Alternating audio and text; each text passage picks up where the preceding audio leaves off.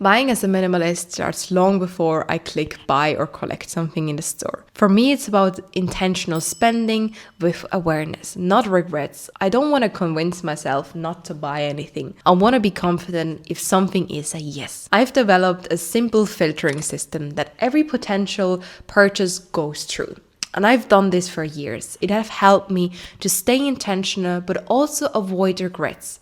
That every time I would choose to buy something, I'm happy to do so. Why does this filtering system exist in my life and why I think it's worth to have it? Our regrets in spending often has to do because we're having no real intention behind the things that we buy or not as aware as we think we are about it. Often we accumulate stuff, we have decision fatigue, or it could be we're just cluttering our home with the things that we're buying and we are actually spending quite an amount of money. And this system prevents exactly that. It's not about never buying anything. It's about having a clear vision about your decision that is simple to follow and not overwhelming. Because that was exactly the turning point. I wanted to be more intentional. The way I spend it, the way I wanted to introduce new objects in my life. But in order to do that, I would need a system that makes my decision easier to follow, be clear, but also confident. Once it passed the filtering system, I know I can get it.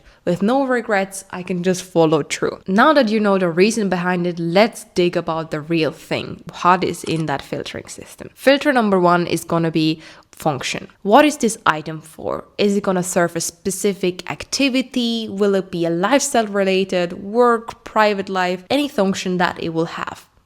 Second, it will be a reason or why. Why do I want this item right now? Will it be a necessity? Will it add something into my life or will I replace something? Will it be a better quality or a benefit to it? Could it be also external influences, such as it's a trend, I saw it low in stock, or it's currently on sale? That's what you're going to go through in this category. And our last filter is value. Will it bring value into my life? For me, value comes often from a stage where I think it brings convenience to me, where I know it's going to be long-term happiness, or just overall I can develop my own personal growth and it will be long-term with me. Because if you're buying a product that in the long run will give you a problem, you need tools, maintenance, it'll give you extra effort that you don't really want. So for me, it's already a no. Now that you know how the filtering system works, let's run a quick test through it. I want to get some new running shoes because the old ones are getting worn out. Okay, function is going to be for running. I can also use them for different activities and lifestyle. Perfect. First filter passed. Second is going to be a reason why. I have to replace them, get a better quality that might even last me longer. Check, it passed it.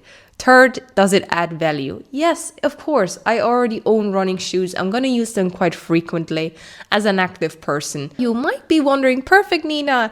You told me now it passed the thing and I can get it. Nah, that's not exactly what I would do. Put it in the waiting period. The waiting period has not only helped me so many times stay intentional and even double check that if an item that I want is a perfect time to get it right now. If you want to know more how I'm going to categorize different purchases, I will have a video here now in the time card. Feel free to watch. The shoe is for me a lifestyle spending.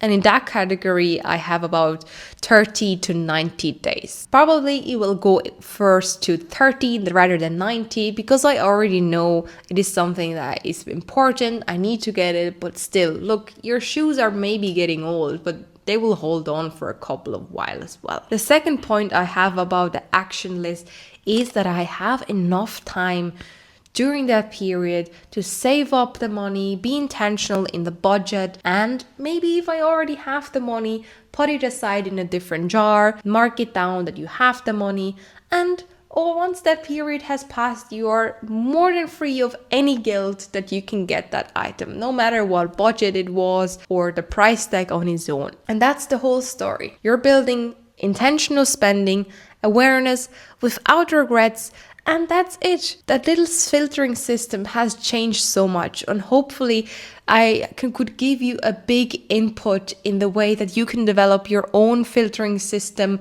with the intentions that I set. But before I want to leave you off, I want to tell you it will probably not feel second nature in the beginning to you.